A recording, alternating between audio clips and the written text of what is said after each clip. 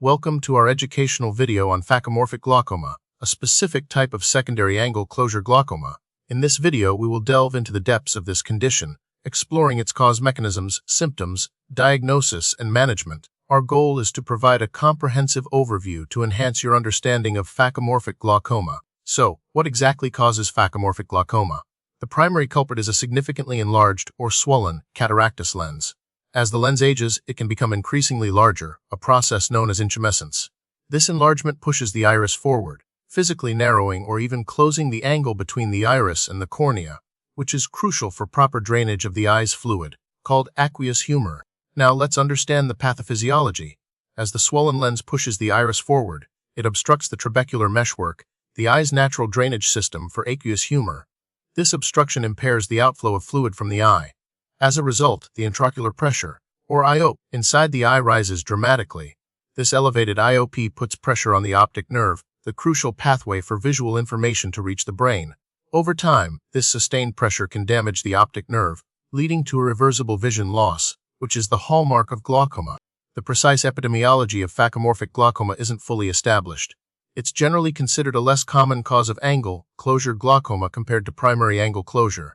However, its prevalence increases with age, mirroring the increasing prevalence of cataracts in older populations.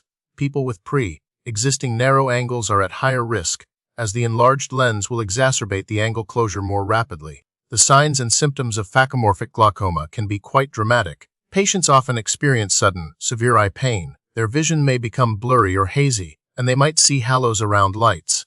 The eye itself may appear red and inflamed. Nausea and vomiting can also occur due to the intense pain and increased intraocular pressure. In some cases, the onset can be more gradual, but it's often acute and warrants immediate medical attention.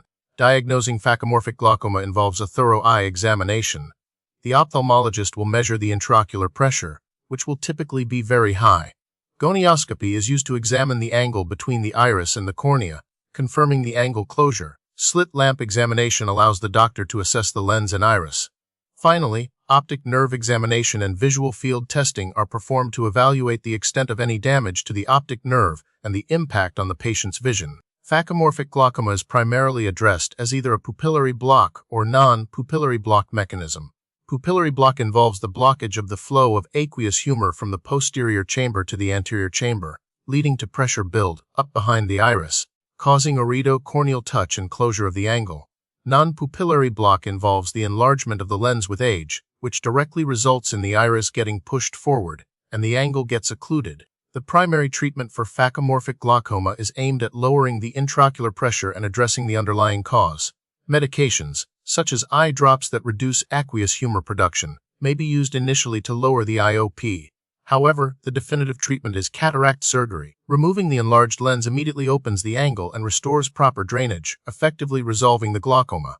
In some cases, a laser peripheral iridotomy LPI may be performed to create an alternative pathway for aqueous humor flow, but this is usually a temporary measure until cataract surgery can be performed. Unfortunately, there's no direct way to prevent the lens from enlarging with age. However, regular comprehensive eye exams are crucial, especially as you get older. These exams can detect early signs of cataracts and narrow angles, allowing for timely intervention and preventing the development of phacomorphic glaucoma.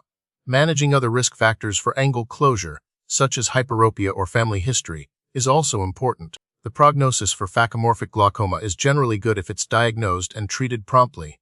Cataract surgery is often highly effective in resolving the glaucoma and preventing further vision loss.